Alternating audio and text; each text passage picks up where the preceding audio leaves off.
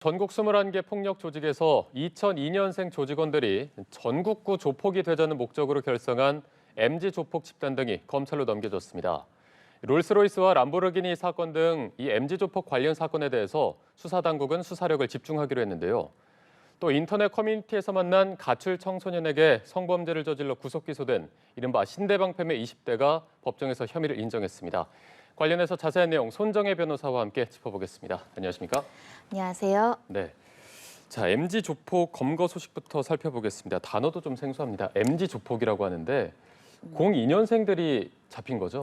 네, MG 조폭이라고 표현하는 게 맞을지 모르겠습니다. 사실은 조직 폭력배를 이제 폭력 조직을 줄여서 조폭이라는 표현을 보통 쓰는데요. 네. 범죄 단체라고도 표현을 합니다. 일단은 범죄 단체들이 20, 30대가 주축이 된 모임을 그 MG 세대 이제 조폭이라고 이제 이야기를 하는 것이고요. 지금 검거됐다라는 것은 2002년생, 그러니까 21살 정도 되는 사람들이 수십 명이 모여서 마치 전국구 조직 폭력배 모임처럼 전국회라는 이름의 모임을 만들었다는 것이고요.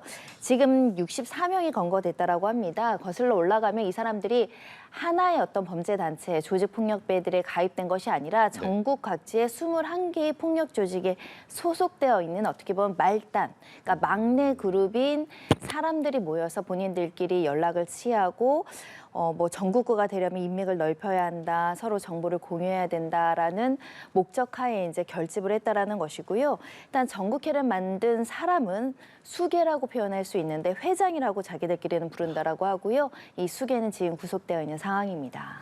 과거에는 뭐 두목이다 이렇게 불렀는데 이들은 회장이라는 호칭을 쓰기도 하고 지금 말단들이 21살이다 이렇게 말씀해 주셨는데 이런 이 전국회 조직의 특징 같은 게 따로 있을까요? 굉장히 사회적으로 그 좀 경각심을 가지고 위험하다라고 평가를 받아야 될 것인 게요. 21살이면 갓 대학교에 입학한 나이거든요. 맞습니다. 정상적으로 교육 활동을 하고 학생 생활을 하거나 아르바이트나 정상적인 근로 활동을 통해서 수익을 창출을 하는 것들을 배워 나가야 되는 사회 초년생들이 새내기라고 불리는 나이. 네, 손쉽게 돈을 벌 수 있는 예를 들면 인터넷 도박이라든가 젊은 나이기 때문에 SNS에 굉장히 능숙한 면을 이용해서 보이시피싱이라든가 또는 마약 범죄라든가 또는 성착취물을 제작을 해서 이것을 온라인에 유포하는 사업들을 하면서 돈을 벌기 위해서 이렇게 모였다라는 것은 우리 사회에 어떻게 보면 굉장히 불안한 요소로 작용할 수 있고 각종의 범죄를 예방하는 데 이 조직들이 굉장히 문제가 될 여지가 있기 때문에 초기 단계부터 소탕하는 것이 굉장히 필요한 것이고요. 나아가선 지금 21개의 폭력 조직이 있다라고 하는데 폭력 조직이 누가 봐도 정상적인 경영 활동을 한다거나 사업 활동을 하는 것이 아니라 경제적, 사회적으로 취약한 계층에 대한 착취와 범죄와 폭력이나 협박을 통해서 우리 사회의 암적인 존재처럼 군림하는 사람들이기 때문에 이 20대들을 근거지로 해서 차근차근 위에까지 폭력 조직까지 조금 해산시키고 해체시키는 데까지 나아간다고 한다면 이 경찰이나 검찰이 해야 되는 범죄 예방 활동 굉장히 주요하게 작동할 것으로 보이고요.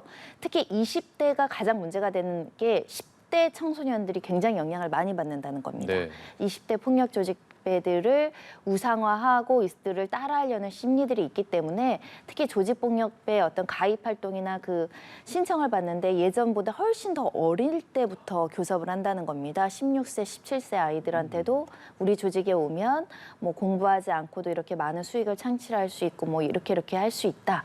이런 헛된 망상이나 계획들이 이제 유포될 가능성이 있기 때문에 이 20대들이 주축이 된 조직폭력 모임은 해체되는 게 당연히 옳습니다. 네, 지금 저희가 뭐 영상을 보여드리고는 있습니다만 온몸에 다 문신을 한 상태고 범죄 행위를 서로 공유하기도 한다는데 이 전국회라는 존재를 파악하게 된 단서 같은 게 있을까요? 충남의 한 폭력 조직원들이 이제 불법 도박 사이트를 운영을 하면서 2,220억 규모로 이제 도박판을 벌였다라는 것이고요. 온라인 불법 도박입니다. 여기에 이제 수익으로 5,700만 원 정도의 수익이 발생해서 이제 추징 보전 조치에 들어갔다라고 하는데요. 그중 한 조직원에 대한 압수수색 결과 압수 물품 중에 여러 가지를 분석하다가 이런 모임이 있다라는 걸 이제 확인했다라는 것이고 그 압수품에 대한 정보를 통해서 이렇게 MZ 세대들이 모여서 서로 온라인으로 또는 오프라인에 모임을 정기적으로 하고 있다. 그리고 심지어 자기들끼리 회비도 각출해서 조직을 운영하는데 운영비로도 쓰고 있고 확장할 계획이다. 이런 정보가 입수된 상황입니다. 네, 이제 앞서 말씀하실 때 이 20대 조직들을 근거지로 해서 차근차근 올라나가면서 해체해야 된다는 게 앞으로 경찰의 과제라고 말씀해 주셨는데 배후 조직도 있을 것으로 보이거든요. 앞으로 경찰 수사 어떻게 진행돼야 한다고 보십니까? 네, 일단 폭력 조직을 소탕하는 건 굉장히 어려운 일입니다. 우리가 오래전부터 이제 폭력 조직들이 활동을 해왔고 완전히 없앨 수 없는 게 이 분야의 업무이긴 하지만 그래도 너무 서민 가까이 이렇게 대규모로 더군다나 젊은 층 위주로 조직화되는 건 굉장히 문제가 있을 수 있고요. 특히 지능화되고 기업화되어 있는 지금 폭력 조직의 활동에 대해서 좀 제동을 걸 필요가 있습니다. 그래서 말씀드린 것처럼 지금 예를 들면 마약 사건을 수사하다 보면 유통책으로 뒤에 배우가 폭력 조직인 경우가 있고요. 보이스피싱 범죄 조직을 잡다 보면 뒤에 또 폭력 조직이 있는 경우가 있습니다. 네.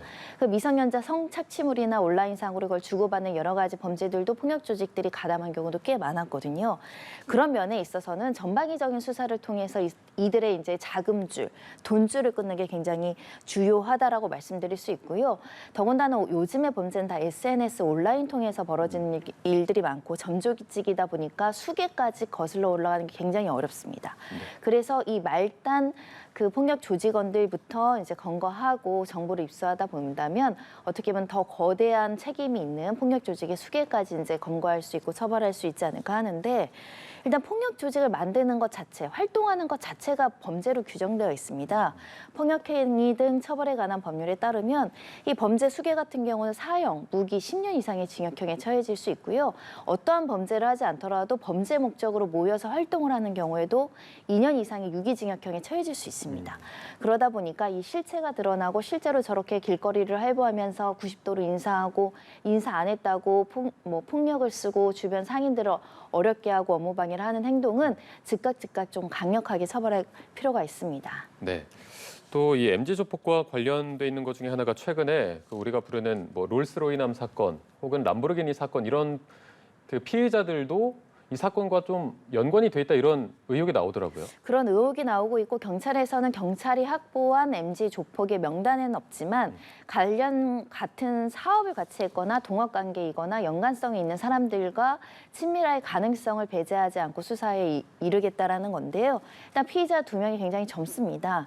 그 2명 다 그 약물에 취한 상태, 마약에 취한 상태에서 고급 외제차를 몰다가 선량한 이제 피해자를 양산을 해서 크게 다치게 한 혐의를 받고 있고 특히 병원 등지를 통해서 케타민이라든가 각종의 어떤 마약성 성분을 이제 맞은 것으로 알려지고 있는데 더 중요한 것은 경제적인 능력, 특별한 경제 활동을 하지 않는 것으로 보이는데 굉장히 고가의 승용차나 고가의 열쇠를 내고 있는 점에서는 불법 수익을 통해서 돈을 벌어들인 거 아니냐라는 의혹을 받을 수밖에 없고 롤스로이스 신씨 같은 경우는 불법 도박 사이트를 운영했다라는 정황들도 일부 지금 보도가 되는 부분들이 있어서 실제 네네. 범죄단체 조직과 연관이 되어 있는지 그리고 불법 사이트를 운영하는 데는 혼자 할 수가 없습니다. 공범이 있을 수밖에 없고 그런 불법 수익을 은닉하고 있을 가능성도 있어서 관련된 돈의 출처도 지금 수사 대상입니다. 이런 온라인 도박 사이트가 또 MZ 조폭과 연관돼 있을 가능성도 충분히 있는 상황이고 이 신 씨, 롤스로이스 남인 신 씨와 그 람보르기니 홍 씨가 서로 뭐 지인이다 이런 주장도 나왔더라고요. 네, 일단은 뭐 당사자는 지인이 아니다라고 부인하고 있지만 실제 연관 관계가 있는지 지인인지 여부도 이제 확인할 필요성이 있는데요. 지인인 게 중요한 게 아니라 서로 어떤 공모 행위를 통해서 불법적인 어떤 활동을 했는지 그게 이제 핵심적이지 않을까 생각이 들고 네. 둘 다 마약류 관리법에 대한 혐의를 받고 있기 때문에 마약이라는 것은 흡입하고 소지하는 사람들도 처벌하지만 유통책을 훨씬 더 중하게 처벌하거든요.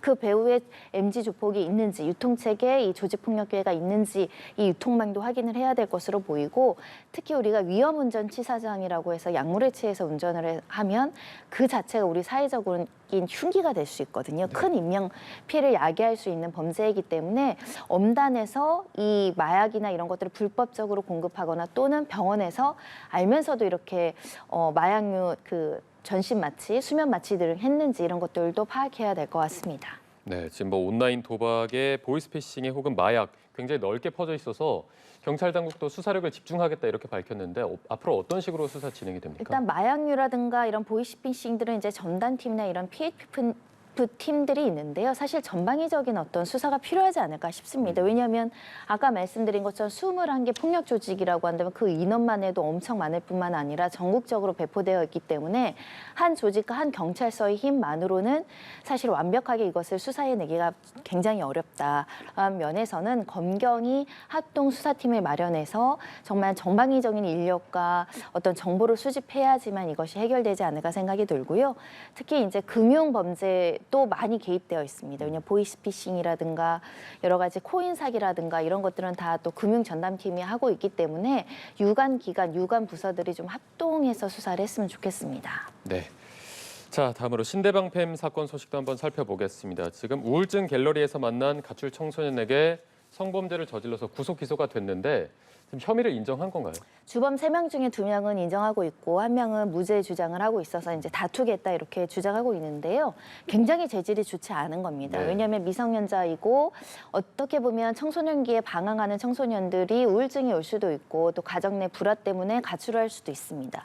그럼 어른이면 이 청소년들이 집에 돌아가게끔 안전하게 지도 관리해야 되는데 오히려 이 아이들을 꼭 집 나간 것을 악용을 해서 집에 못 가게 한다거나 이 불안한 어떤 심리 상태를 이용하고 경제적으로 어렵고 잘 데가 없다라는 점을 악용해서 성을 착취하고 그것을 또 영상으로 찍거나 이런 방법으로 범죄를 한 일당들인데요. 일단 미성년자 의제 강간 그리고 아동복지법 위반, 그러니까 아동학대에 해당하는 겁니다. 그리고 청소년보호법 그리고 저희가 이제 실종아동법 관련한 법률에는 아동에 대한 실종 신고가 들어오면 이것을 목격하거나 인지한 그 성인은 반드시 경찰에 신고를 해줘야 되거든요. 부모는 찾고 있잖아요. 네. 기다리고 있잖아요. 그런데 오히려 이 신대방 일대 이제 방을 잡아먹고 집을 가다 놓고 재워주는 척하면서 아이들을 굉장히 착취한다는 것은 어른으로서 엄중하게 이제 처벌을 받아야 되는 것이고요. 주범 1명 이제 구속되어 있다라고 합니다.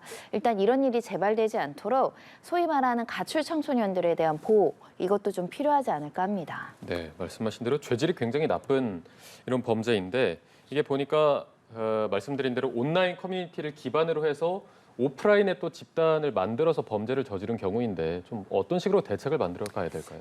가출하는 청소년들은 있을 수밖에 없고 이렇게 열악한 청소년들을 이용해서 성매매 시킨다던가 성착취를 시킨다던가 각종의 범죄의 수단으로 사용한 일이 종종 있었습니다. 그리고 더 심각한 것은 그루밍이라고 해서 아이들을 길들이게 한 다음에 경제적 지원을 해주고 잘 때 숙박을 제공을 해주고 다른 면으로 착취를 하는 수법들이 계속 이어지고 있는데요. 일단 온라인 중심으로 모임들이 형성되는 부분은 지속적으로 모니터링을 해서 불법 정보, 청소년에게 유해한 정보는 게시물을 삭제하거나 이 어떤 그 한 사이트 내의 공간들을 폐쇄시킬 수 있습니다.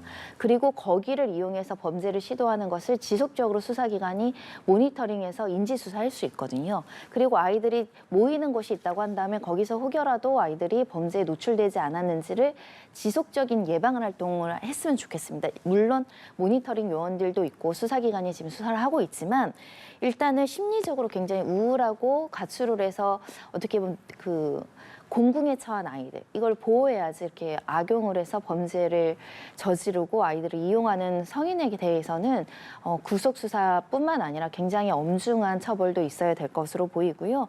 특히 불법 게시물을 삭제하거나 신속하게 차단하는 조치가 굉장히 선행적으로 필요합니다.